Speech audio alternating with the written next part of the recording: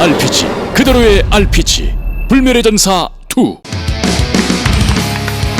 We are back here at the SPL, about to get into our last matchup of the regular season, I suppose, for round number 2, if that makes any sense. Anyway, it's going to be Samsung Galaxy Khan versus KT Rolster. Yeah, I'm pretty hyped for this matchup. I'm pretty pumped. We've got so many marquee games here. First of all, we have Reality against Stats. Following that will be D against TY. Bravo against Leonov will be the third game. And then if we need to get there, the fourth game will be Solo against Zest. And all these games look pretty even on paper. Yeah, I mean, they kind of do for sure. I was kind of favoring the KT side, especially like seeing the way that TY just like ripped apart Departure and just made it look really easy. But Deer is a different race, different player. You know, Deer is also quite a fantastic player as well.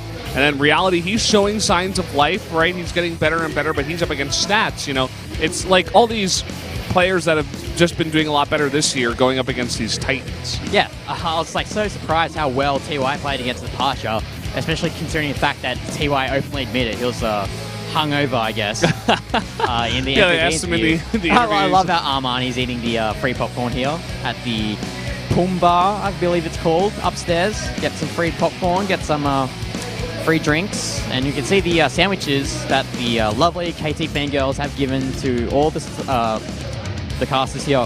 Excuse me. All the casters here and the players, I guess. Yep, all the players, all the casters. It is Stats' 24th birthday and also his 8th year anniversary from his debut. So lots to celebrate here for KT fans, especially Stats fans. Here are the lineups right in front of you guys in case you missed it so far. Reality versus Stats to start the night, then Deer versus TY, then Bravo versus Leonok, and then Solar versus Zest if we get to it. Yeah, I'm definitely looking forward to Deer versus TY here. I think Bravo versus Leonok will be also a very close game because of Bravo. He's been quite a surprise packet, actually, taking games off strong Zerg players such as Bjol. And Solar versus Zest. Solar used to be really good, but I mean, Zest, he just won the GSL. Yeah, so Zest is like, he's almost above like TY and Dark at this point. He's got like that little extra little push because of winning that and how dominant he did look in there as well. So really, I feel like if there's one map that is very favored in one direction, it's probably the Zest one. Yeah. For me, you know, like yeah, I feel very one-sided. I feel like even Reality has a better chance against Stats than Solar does against I Zest. voted for Reality because we saw against Classic, I mentioned this at the previous game between Gumiho and Super when on the Sejong game as well, Patience against Ryong, is that he provided a really nice strategy against Classic and he completely shut down Classic really hard. Yeah. And I've confidence that Reality has something planned for the game against Stats on Dust Towers. For sure. When you're going in a game against someone this good, you have to prepare a certain build. You're not just going to go in there and be like, well, I'll just play my standard macro game because I'm better than him. You know, I can outplay him, you know. I'm sure Reality, even though he's had some recent success, probably looks at Stats like a finalist over at SSL, someone who's been doing really well specifically this year. And that's been ramping up over the last couple of years as well, where he's done quite well, too. He's got to be feeling like, Reality's got to be feeling like, you know, here we go. This is not going to be easy. Wow, wine, mandarins, kiwi fruit. I wish I was a pro gamer. I want all this stuff. That's some Hanu, that's some Korean meat there. Basically, basically like Wagyu, I guess you could say. Like really high quality. Yeah, I had Hanu on Sunday night. That was good. It's really good, man. It's really good. What is that? Is that Stats? King Stats. I need a round of applause as well for that. We actually have a lot of people here at the studio. The upstairs section is actually flooding with people. Yeah, this almost feels like a finals in a way. There's like many people, guys. I mean, Samsung need to win to make the playoffs. KT is only fighting for positioning, but they will get the bye from round 2 if they do win here. So. Yeah, a lot of the line for both teams.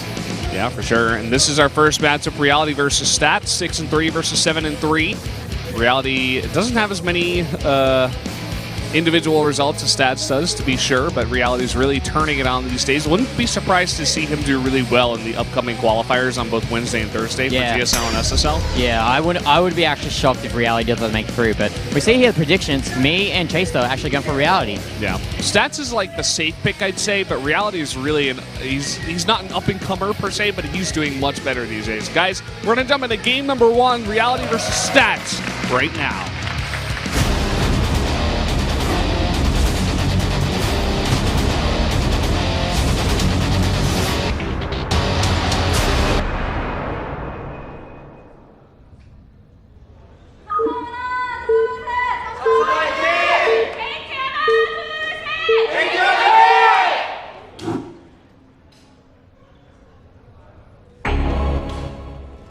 Down here in the bottom left, the blue Terran, it is Reality. And spawning here at the top right of Dust Towers for KT Rollstar, SSL runner-up Stats. Now there he is, looking pretty good to go. It looks like we have some updates here on the situation. Yeah, so basically if KT win, CJ will join. If Samsung win, I don't know what the plus T1 is for. Looks like Samsung is in 3rd, and then KT would get 4th place, I assume. Because T1 gets in 2nd place if KT loses. So there you go. It doesn't really matter about the score. It really just comes down to who wins and who loses. I mean, if KT win, they'll get the 2nd place. If Samsung win, they'll advance to the playoffs for this round. Pro League, I think this is this guy's first Pro League match. First time he's come down. Yeah. It's like do well Starcraft. Something to that nature. Wants Starcraft 2 to succeed. Yep. As we see here, the early pro, we've seen this a lot in PvT. Trying to harass a bit, trying to maybe steal the gas. Because generally, Terrans don't really get that wall up when that early pro comes in. Yep, pro coming in, doing that harass damage. CC does get down here. Has not been denied at all, but of course Reality does need to respond. Here's the cake again. This is just crazy. Okay, it's his 25th birthday. I think it's 25 Korean age, 24 Western age. Yeah, that makes sense. Yeah. But hopefully he can get a win for KT Rollstar on his birthday. Although, me being greedy, I want Reality to win so I can get ahead in the predictions. Yeah, you might be able to catch up if you do get this one, that's for sure. Gonna have to see the final results after today, as we don't count playoffs in the score. Yeah, so see the double gas is actually coming out quite quickly here from Reality. So it definitely suggests that he wants to go for the factory tech. Maybe we'll see the tank medevac play that we saw on King Sejong Station when he was playing against Classic there. He's actually getting a bunker, so that's a very safe play here from Reality. Yeah, the last time we saw very safe play on this map, it was Bomber versus Forte. Go KT! PS hi, Mom. I like the face. Yeah. That's some really good drawing. It's almost as good as Stats as King. At least I haven't got into the habit of saying Mom instead of Mum. Cause like you guys say Mum? Yeah, we say Mum. That's why the guy wrote, because I talked to him earlier. He's from Aussie land as well. Is he an Aussie? Yeah, he's an Aussie. Quick 3rd here from Reality, so... I guess that's part of the reason why he did make that bunker at the front. Just to be extra safe. Let's get those Marines out. And he can always salvage it if he doesn't see any threat coming here from Stats. But looks like Stats actually is going for his own 3rd base. So this seems very like trend right now on Dust Towers, especially like considering what we had with that TVT. It feels like we're back into the no rush 20 days of Brood War. Yeah, it kind of feels that way. You know, like the build of Reality definitely is tailored to go against something that Stats is making, where he's like not going Stargate. Stargate's not really that popular nowadays. It's more so that just Robo into Twilight, and you have a lot of options here. And so he with this kind of build, if an Oracle was coming into his base right now, he would not be ready. Yeah, he would only have Marines out, and with the amount of Marines he has, probably not going to kill off the. Well, he does have the engineering bay as well, but will he get the turrets up in time? I highly doubt it. But yeah, we see the Observer being chrono boosted out here. And the Stargate. So we see a deviation here from Stats. Yeah, and this is very interesting because he makes the 2 gates first. So he's like, I'm going to be safe. You know, I'm going to get those 2 gateways, just make sure I can make enough units. He is going to have that 3rd base in just a bit, but it does say that he wants to go for some Stargate units. Now, is this just going to be a later Oracle to try to go for some harass, or is this going to be more something that he commits to in terms of an army composition? Is he actually going to go Phoenixes, or dare I say it, try to play, you know, that older style that we saw once upon a time, like a couple times from SOS and Stats? Yeah, the carriers. Where it's like crazy. Tempest, Carriers, Storm, Archons. Yeah, but that's very cognitive on trying to get that 4th and 5th base up and having him quite well defended. As we see here, though, 3rd Command Center, 3rd Orbital's up for Reality, but he's not going to lift that yet. He's really unsure what the situation is, what Stats is doing, so he's just playing it very safe right now. Stats getting those observers out. Note he's got 3 observers already. He's got more observers than fighting units, so Intel is the name of the game here for Stats. Yeah, and in fact, he's going to send these Adepts across the map as well. I suppose he just wants to do a bit of scouting. There's going to be a wall at the top of the ramp. Also wants to make sure, perhaps, that there's nothing to spot the Oracle coming across that he did commit to. And this is a late Oracle, you know? This is what I was talking about. It's not going to be a full committal to anything in the sky, no Phoenixes just yet. He will always have that Stargate in case he does want to transition later on, but this is just like a weird timing that Reality's not going to, you know, expect. Yeah. Like a lot of Terran players, they get very greedy, they skimp on the turrets at the mineral line, and it looks like here that Stats is trying to exploit that, but there is a turret here at the main base. I'm not sure if there's a turret at the expansion, but we have a drop here, a couple of Adepts from Stats. Let me check, there is one, but it's not in the mineral line of the back door. It's placed where there's no way the Wall Prism will be able to fly through, but it'll take a bit of damage. Oracle, sorry.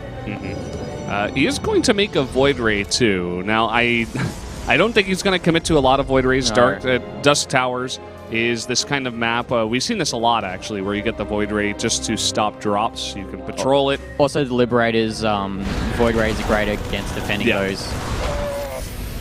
This is actually, Stats are being really obnoxious with this drop. Just pick him off. Oh, nice move here from Stats here with the Oracle. Oracle does get away, though. Does get a tag onto that 3rd base. And if he keeps that Oracle, he can just save that energy and keep using it for tagging.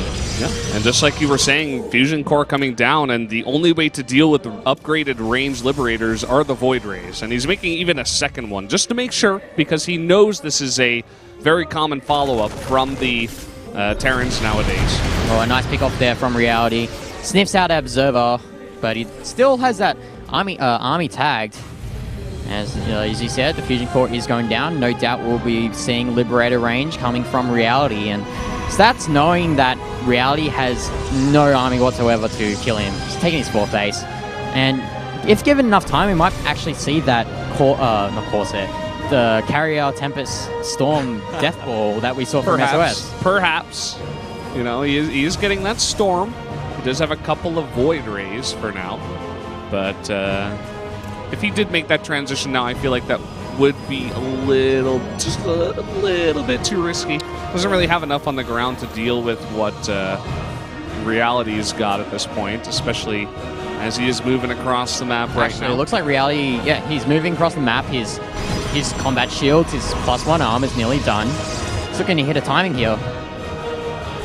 It looks like it. It's funny, it's going to actually line up with the Storm timing of Stats. So. Yeah. Oh, these Adepts just sneaking in. It's going to take a couple of SCV. No, he's actually going to focus on the Marines. Looks like he got a Mule and like 1 SCV, perhaps?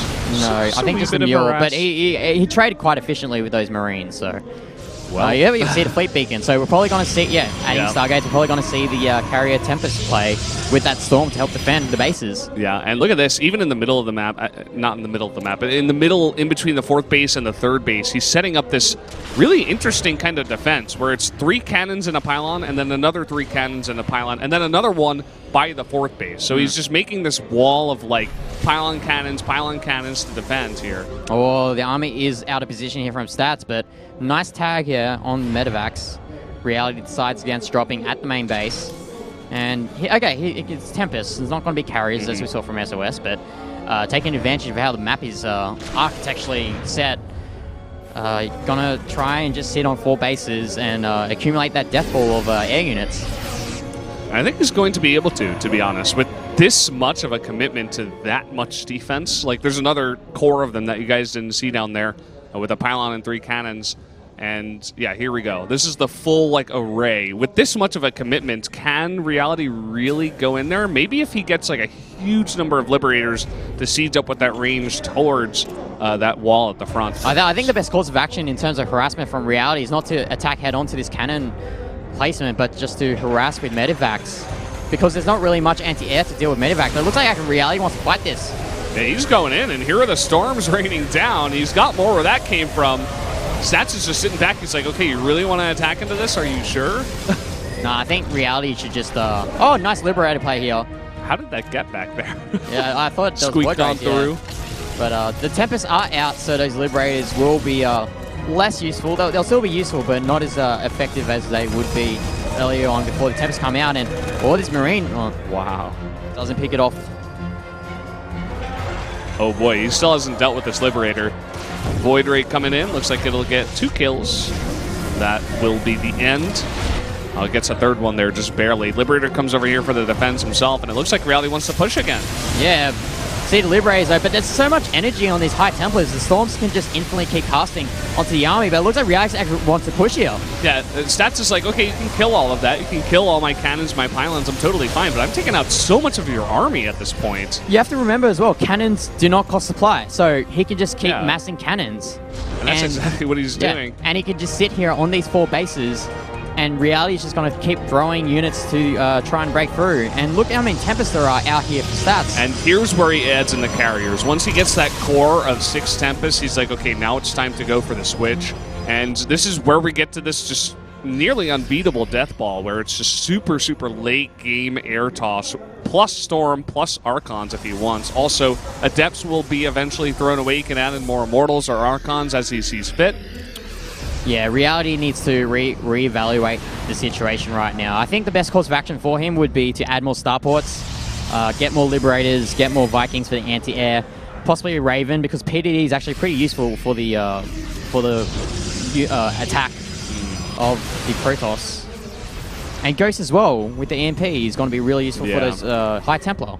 The dream composition for the Terran, as you're saying, is like Ghosts, Vikings. You can add in some Liberators too to help out with the ground, but there's so much in the air that they're going to die pretty fast. It's just really hard to deal with, and you need to make sure you're making a very good composition. So far, he's making more and more Marines. I'm not sure if that's the answer, especially with this much.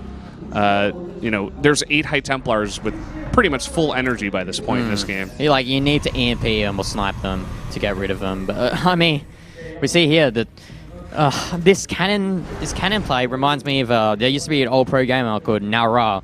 He would be called the Flower Protoss because his cannon placements were so pretty they looked like flowers. And we're seeing the influence here from Stats. Yeah. Well, here he comes. He's going to stim underneath these Tempests, but he's eating just so much damage once again from the Storms, the cannons. Yeah, and these Tempests are just picking off those Vikings. But nice harassment here with the Liberators from Reality. It's going to stop mining there at the 4th. Yeah. But so far, Stats really hasn't been on top of stopping that harassment for sure. And we see Stats is actually amassing quite a nice bank. Reality struggling to establish his own bank. Here comes the sacrifice of the Adepts. One by one, they get chosen. Here come the Ghosts. Two straws. There's the Ghost. So we'll see how well Reality can use these Ghosts in this late game. We're probably going to see a really crazy split map situation. Probably. Reality is beginning to do that, making CC by CC. Stats is fine to just stay on 5 for now. Here come the Ghosts going forward, but very far back. Oh, a nice APs there on the High Templars. Even he's still got so much more. He's got so much energy on all those High Templars. Oh, I think he could be able to snipe this Nexus, though. There come the carry interceptors. Actually, he's moving back. He doesn't want to snipe it. I guess he doesn't want to sacrifice his Marauders before the trade. Yeah, losing a bunch of Ghosts in the trade, too. Only 3 left over. I like this kind of harass, where you come in. Looks like the Void Ray maybe sniped there, just barely gets away. But he's got... Oh! Nice storm there from Stats. And here comes the Marines' worst nightmare. Yeah, Big Brother carrier. Yeah. Rip in peace, Marines, but they did their job. I think Stats wants to begin to push. He doesn't want to give Reality time to get up that, amazing kind of composition against what he's got. Yeah, and you also have to remember that Reality did use his energy on his Ghost, so now's the perfect time for him to quickly move forward. There's only one Oracle in this composition. He does add it in now. You definitely need those for the vision. You want to reveal the entire army of the Terran so you can give your Tempest the vision to shoot at max range here. Here we go. A few Vikings being picked off here by the Tempest. Ghost being picked off as well, and Reality is just being eked back little by little. Slowly but surely, and now he's like... More Adepts are coming in here trying to get the harass, or even just trying to walk up to Ghosts straight up and try to snipe. It's not really going to work out, as they are light units. Can come in here and begin to trade. Reality having some trouble dealing with this. Yeah, but these Marines are just fodder right now for Reality. The money units here in this composition are those Ghosts. For sure. And looks like, wow, these Adepts are actually really tanky. Reality is struggling to deal with it. Yeah. And all the while, Stats just slowly begins to suffocate Reality here. The Depths are finally cleaned up here from Reality, but Stats is a really nice position, and he's just slowly but surely moving forward. I don't think that's enough Vikings. He has like so many, but only now. You were talking about adding extra starports. He's only adding 2 extra now. He's stuck on, I think it's 2. Yeah, just 2 for this amount of time, and he's only got 14 Vikings against 5 Tempests and 8 carriers here. We do see a drop here of 2 Medivacs coming across the map. If that snipes the 5th base, that will be a huge win for Reality, because he's also running off 5 bases. So any base advantage that he can get will be really big for him. Looks like this is spotted. Nice Adept spot there. 5 cannons as well as a gigantic warp-in will be enough to stop that here. But he is going for the attack, and here comes the Stim. Oh, the Storms do so much damage to the bio. But remember, they do splash damage to the Interceptors, and actually, Stats has to move back. All those Interceptors are dead.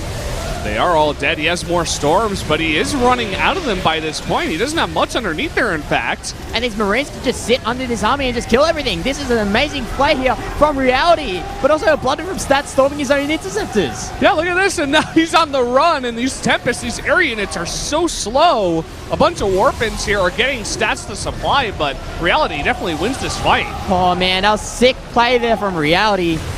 Definitely what he needed to remain in this game. He's got to be careful not to overextend here. DT's now getting into the mix, and a bunch of Stalkers blink underneath those Vikings, and now he's on the run. Yeah. Yeah, as you said, got to make sure that Reality does not overextend in this situation. You notice the bank of Reality as well. It's very low compared to... But that being said, Stats had to spend most of his army remaxing on Blink Stalkers because he needed units immediately. Yeah, I mean, taking a look at the air army now of the Protoss, it's 3 Tempests and 1 carrier, so not nearly a shadow of its former self. And I think the problem with Stats' composition as well is that, well, first of all, he did storm his own Interceptors, but he didn't have those Archons to deal the splash damage to those Vikings. If you remember in SOS versus, I think, who did SOS play when he did this strategy? I'm not sure, to be honest. I don't really remember who the Terran was. It was Journey.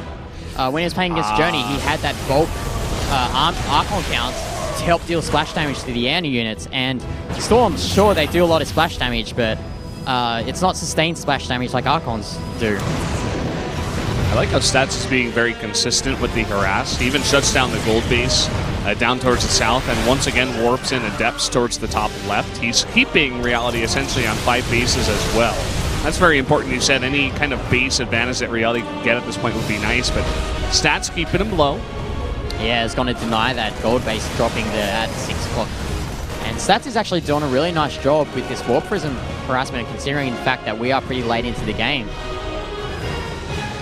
Scan comes down here, does push Stats back. It seems like he wants to remax pretty heavily. He's adding in some sentries, in fact. He's noticing the very high Marine counts that's being used to shut down all these Interceptors in the sky very, very quickly and get underneath that Protoss air army, and he's just like, I could add in 2 sentries, put up Guardian Shield, and that'll help out a lot here. Oh, the army of Reality looks so minuscule compared to this Death Ball. Although I'm not really sure if Stats can fight this head on. A bunch of EMPs come down here, but at the same time losing a couple of Ghosts, and now looks like a lot of the High Templars still survive with their energy, so maybe one of them did get EMP'd there. Yeah, well, Reality did defend from that base, the Warp Prism harassment with the Dark Templars at the top left, but he has no SVs here. But he's going to deny this base here at the bottom right. that's going to be a good win there from Reality, especially if he picks up and runs away. Yeah, for sure. I mean, a lot of this Protoss army is not too mobile, so doing this kind of thing and keeping the Protoss himself on 5 bases and not taking any more of these gases is going to be very nice. Seems like this army will eventually be cut off. That is totally fine. It's done its damage. Stats at the same time still pressuring in the middle of the map. So many Archons with this composition. If you look at the unit count, it's 8 Archons. That's a lot. And he dumped a lot of gas into those Archons. He had a big gas surplus. Now he has a big mineral surplus. In reality, though, he's struggling for minerals. Yeah, it really is. It seems like he's mining out his bases just a bit faster with those mules, and now it looks like Stats really wants to pressure towards that 6th base. He's just going to send over some Stalkers at first, but he's really threatening in here. Yeah, he's trying to get a really good angle here so that the army of Reality is the least effective. It looks like he's trying to take the fight here. All these EMPs get these Archons very low. The Archons do back off. He almost got himself into not such a good situation there. A lot of those Archons could have gone down had he stayed for like a couple minutes more.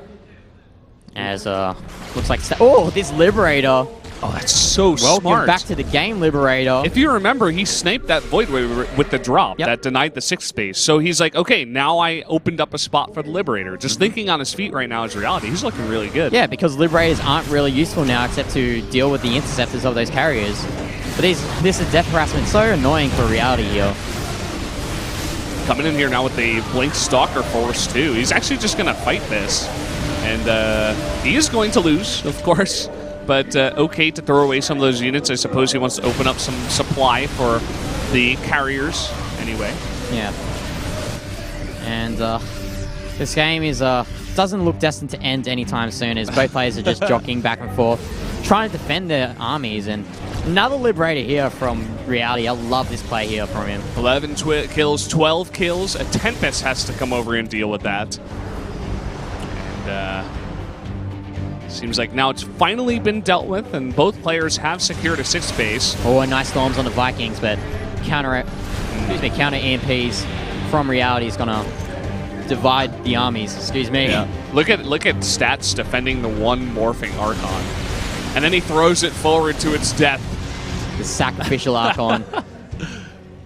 But looks like Stats is just going to reorganize his army. Look at this. And, this drop will actually do a lot of damage, especially with these Dark Templars. Yeah, I was saying that he wanted to open up supply, but in fact, he's keeping it open to continuously drop. In reality, he's doing the same thing. He's keeping units available to keep harassing those bases.